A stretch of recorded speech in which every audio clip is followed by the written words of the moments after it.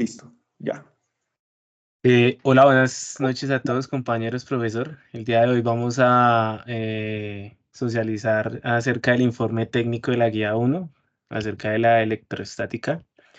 El grupo 6 está conformado por Jenny Marcela Caicedo, Geraldine Devia, José Alonso y quien les habla, Duan Felipe. El contenido que vamos a ver el día de hoy es como uno, la primera simulación, dos, la segunda simulación, tres, divergencia y rotor, sobre la analogía del campo eléctrico y los fluidos, y como cuarto punto tenemos la divergencia y rotor, que es el significado físico de la divergencia y el rotacional de un campo vectorial. ¿Listo? Entonces, le doy la palabra a mi compañera.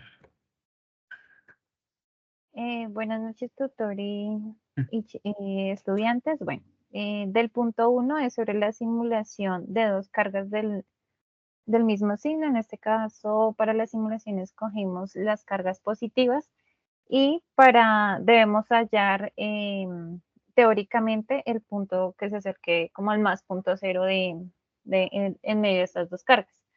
El principio de la superposición es una herramienta muy poderosa ya que simplifica el cálculo de campos eléctricos en situaciones complejas, ya que nos permite tratar cada carga por separado y luego sumar sus efectos para obtener el cálculo eléctrico total.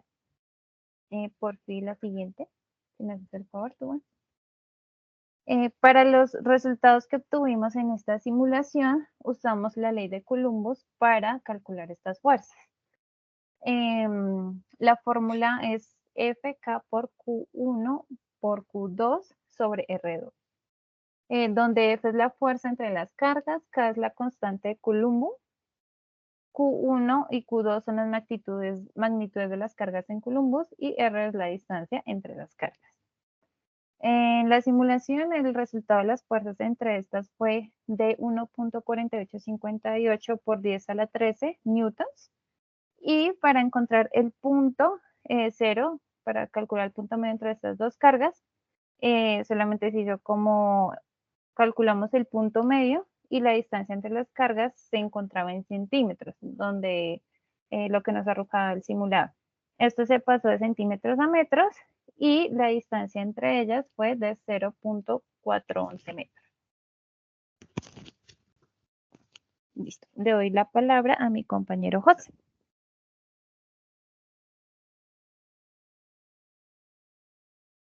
Ok, muchas gracias. En este caso vamos a mencionar un poco lo que refiere a la simetría.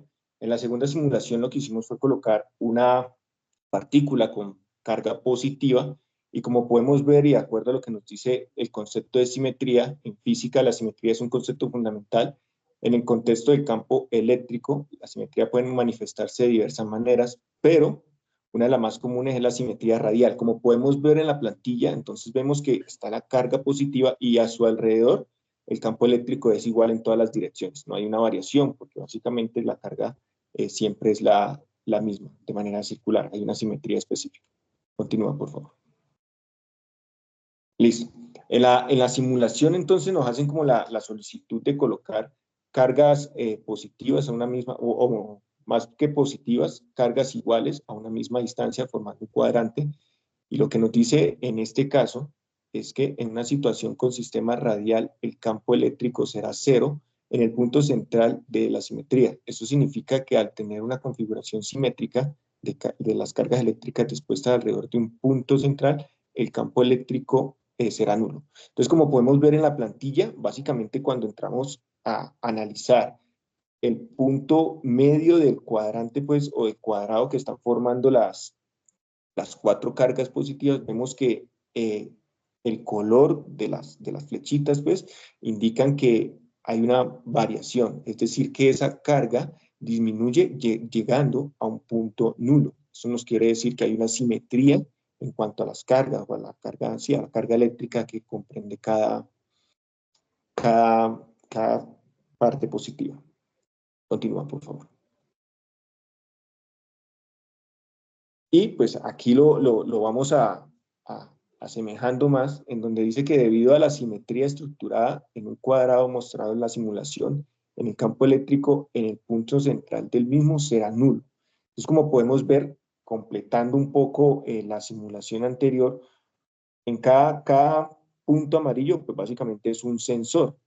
Y esos sensores, como podemos ver, están muy cerca a punto cero, cero punto algo, cero punto algo.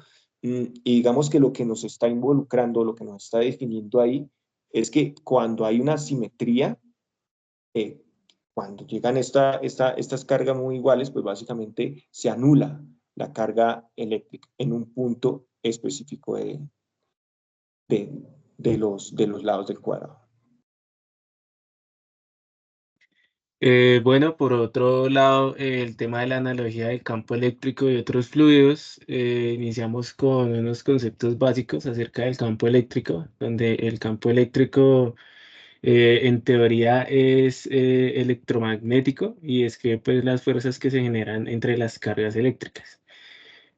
Por otro lado, los fluidos se definen como un tipo de medio continuo compuesto por sustancias con moléculas que solo interactúan mediante débiles fuerzas de atracción. ¿Sí? Entonces, digamos que de acuerdo a la analogía anterior, considerando pues lo que mencionábamos, podemos establecer que una analogía entre el campo eléctrico representado por un campo vectorial y el campo de velocidades de un fluido, un gas como el aire, cuya densidad es como un punto X, Y, Z, se puede expresar mediante la función escalar, que es Px, Px puede ser Px, Y, Z, puede asignarse, digamos, una velocidad en cada punto.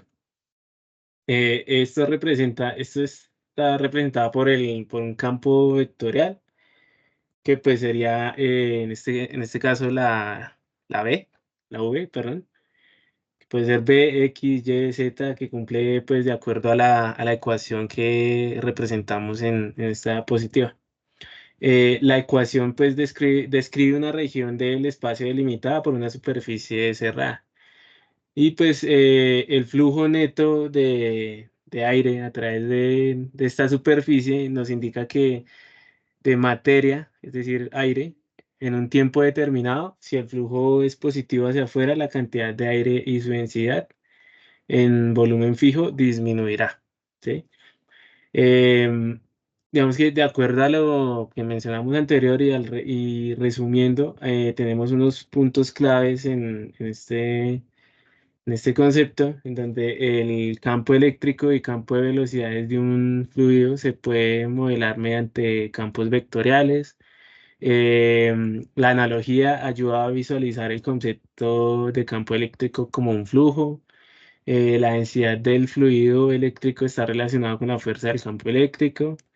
El flujo neto del fluido eléctrico, perdón, indica pues los cambios en la distribución de la carga. Em, en conclusión, pues la analogía entre el campo eléctrico y los fluidos es como tal algo útil, es una herramienta útil para eh, comprender pues, los conceptos del electromagnetismo y pues ya que podemos visualizar y relacionar fenómenos que a primera vista pues parecen como muy diferentes. ¿Sí? Le doy la palabra a mi compañera. Bueno, gracias, Duan. En cuanto a eh, la divergencia es un campo vectorial que indica cómo se está expandiendo o contrayendo en un punto dado del espacio. En términos fijos, si consideramos un campo vectorial que representa el flujo de un fluido, la divergencia nos indica si hay una fuente o un sumidero en ese punto. Entonces, si la divergencia es positiva, hay un flujo neto saliendo de los puntos. Y si es negativa, hay un flujo neto entrando al punto. Cuando es cero, no hay un flujo neto en ese punto. Y las ecuaciones de Maxwell de la divergencia del campo eléctrico están relacionadas con la densidad de la carga eléctrica mediante la ley de Gauss. Entonces, en la divergencia es donde podemos encontrar un punto, ese punto que es un campo escalar, que se define como el flujo del campo vectorial por la unidad de volumen, conforme el volumen alrededor del punto tiende a cero. Eso es en cuanto a la divergencia. Mientras, si me ayudas con la siguiente diapositiva, porfa.